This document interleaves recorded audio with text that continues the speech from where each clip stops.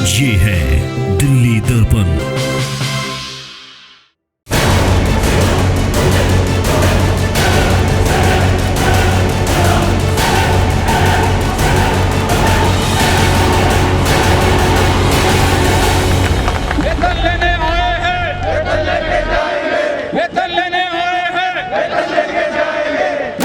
Civil line zone के अंदर कुछ महिला अध्यापक भी यहाँ पर मौजूद है, उनसे जानते हैं कि आखिर क्या परेशानियाँ उनको सहनी पड़ रही है, क्योंकि काफ़ी समय हो गया है, वेतन नहीं आ रहा है, वेतन की मांग लगातार कर रहे हैं, कई बार हड़ताल की जा चुकी है, लेकिन बावजूद इसके ना तो दिल्ली सरकार निगम का पैसा देने को तैयार है, जो नगर निगम कहता है कि दिल्ली सरकार को देना है, और ना ही जो दिल्ली की नगर निगम है वो इन लोगों की तरफ कुछ ठीक तरीके से देख रही है। क्या कहना चाहेंगे? काफ़ी समय हो गया है, वेतन नहीं आ रहा है, कैसे आपका गुजर बसर कैसे चल रहा है? अब जब 5 महीने तक सैलरी नहीं मिलेगी तो गुजर बसर कैसे होगा? अब आप खुद ही सोच सकते हैं कि कोई भी है, अगर सिंगल अर्नर है, उसको अगर 5 महीने तक सैलरी नहीं देंगे तो वो क्या करेंगे? अब उधारी बढ़ती चली जा रही है, बैंक है वो लोन देता नहीं है, तो क्या करे इंसान? कोरोना काल में काफ़ी ज़्यादा आपके ऊपर जिम्मेदारियां भी बढ़ी, आपको ऑनलाइन क्लासेस देनी पड़ी बच्चों को, तो जिम्मेदारियां बढ़ी, आपको लगा होगा कि जिम्मेदारी बढ़ रही है तो शायद कुछ अच्छा भी होगा, क्या ऐसा? अच्छा की तो उम्मीद है नहीं, लेकिन हाँ हमारे लिए रिस्क बढ़ गया। कोरोना के अंदर हमने सारे काम किए हैं, चाहे वो हमें खाना बांटने की ड्यूटी लगी हो, चाहे हमें डोर टू डोर सर्वे करवाया गया है, और अब वैक्सीनेशन की ड्यूटी के लिए भी हमें पहले से पहले प्रिपेयर करवा दिया है। लेकिन सैलरी के बारे में पूछो तो सारे कान बंद हो जाते हैं इनके, फिर वो उनको सुनाई नहीं देती। यानी कि काम कराने के वक्त नगर निगम इनको ज़रूर देखता है, लेकिन जब काम पूरे हो जाते हैं, इनकी सैलरी का जब वक्त आता है तो कान बंद कर लिया जाता है, ऐसा आरोप लगाया जा रहा है। क्या कहेंगे, क्या क्या काम कोरोना काल में आपके बढ़े थे जिसकी वजह से आपको लगा होगा कि शायद कुछ एक्स्ट्रा करा रहे हैं, तो कुछ एक्स्ट्रा की उम्मीद भी की होगी आप लोगों ने? नहीं, एक्स्ट्रा की उम्मीद तो हमने नहीं की, लेकिन जो हम काम कर रहे हैं उसी का वेतन अगर हमें समय पर दे दिया जाए तो हमें एक्स्ट्रा की कोई उम्मीद भी नहीं करते हैं निगम विभाग से।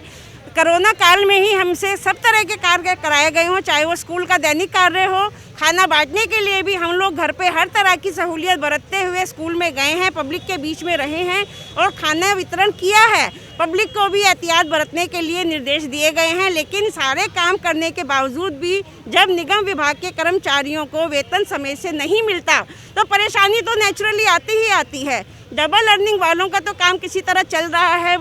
कभी सरकार या निगम के अफसर उनके बारे में सोचें, जो सिंगल अर्नर हैं, उनके बच्चों की फ़ीस, कॉलेज की फ़ीस, घर का खर्चा और बाकी जो ड्यूज़ होते हैं वो तो नहीं रुकेंगे, चाहे कोरोना काल है चाहे कोई भी काल है। तो सरकार को उस विषय में सोचना चाहिए और हमारी सैलरी पूरी बकाया मिलनी चाहिए। पूरी सैलरी बकाया मिलने की बात कही है। मैं आपसे ये जानना चाहूँगी, जिनके घर में अगर हस्बैंड भी नगर निगम के ही कर्मी हैं और जो उनकी वाइफ है वो भी निगम के कर्मी है, तो उनके घर में तो काफ़ी ज़्यादा मुश्किलें और दिक्कतों का सामना करना पड़ रहा होगा। हाँ जी मैम, कल भी हम लोग धरने में गए थे, वहाँ भी यही बात हो रही थी कि जो एमसीडी में ही वर्क कर रहे हैं उनके लिए घर चलाना बहुत ही मुश्किल हो रहा है। ऊपर से जो बच्चे हैं उनकी फीस नहीं भर पा रहे, साथ में वो लोग बता रहे हम लोगों का जो होम लोन या और उन्होंने जो लोन ले रखे हैं वो उनको पे ही नहीं कर पा रहे, उनको 12 बैंक से कॉल आता है, वो फ्रॉड केस में भी फंसाए जा रहे हैं उस वजह से। तो मैम बहुत मुश्किल हो रही है लोगों को। जितने भी टीचर्स हैं इसी उम्मीद से यहाँ आए हैं कि हम लोगों को कम से कम हमारे काम का तो वेतन दिया जाए, जो हम लोग काम करें। हमने जितना काम किया वो देशभक्ति सोच के या लोगों के प्रति जो हमारा सम्मान था उसको देख के हमने कोरोना के सारे सर्वे किए। मैम अभी रिसेंट में ही हमने दिसंबर में सारे सर्वे ख़त्म किए हैं और उसके बाद अभी इंजेक्शन वाली जो ट्रेनिंग है वो भी चल रही है हम लोगों की। तो हम सभी ये काम फ्री ऑफ कॉस्ट भी कर रहे हैं और समाज के प्रति अपना दायित्व समझ के भी कर रहे हैं। परंतु उस नज़रिए से देखें तो सरकार जो अपना दायित्व है कि हमारे काम के लिए जो हमें वेतन मिलता है वही नहीं दिया जा रहा, तो उसके खिलाफ तो हम आवाज़ उठाएंगे। सिर्फ अध्यापक ही नहीं बल्कि सफाई कर्मचारी, डॉक्टर, नर्स, सभी की यही हालत है। तो क्या आपको अब ऐसा लगता है कि नगर निगम से भरोसा उठने लगा है लोगों का? मैम भरोसा तो उठेगा ही ना। 5 महीने बिना तनख्वाह के ये लोग रह सकते हैं? मतलब क्या राशन नहीं डलेगा, फीस नहीं भरेगी? मेरी मदर इन लॉ ओल्ड है, वो कभी भी बीमार हो जाती है, तो क्या मैं उन्हें डॉक्टर के ना लेकर जाऊँ? ऑनलाइन डॉक्टर का मिनिमम फीस ही 1 से 1.5 हज़ार है, तो वो कैसे पे करे? बुजुर्ग को कहते मरने दो तुम्हें, क्योंकि हमारे पास तनख्वाह नहीं है। कोई क्या सोचेगा? मतलब दो आप सरकारी नौकरी में, बहुत हुआ है हमारा कि हम सरकारी नौकरी में बहुत अच्छा कमाते हैं, लेकिन कमाते हैं, ठीक है, मेहनत का कमाते हैं ना।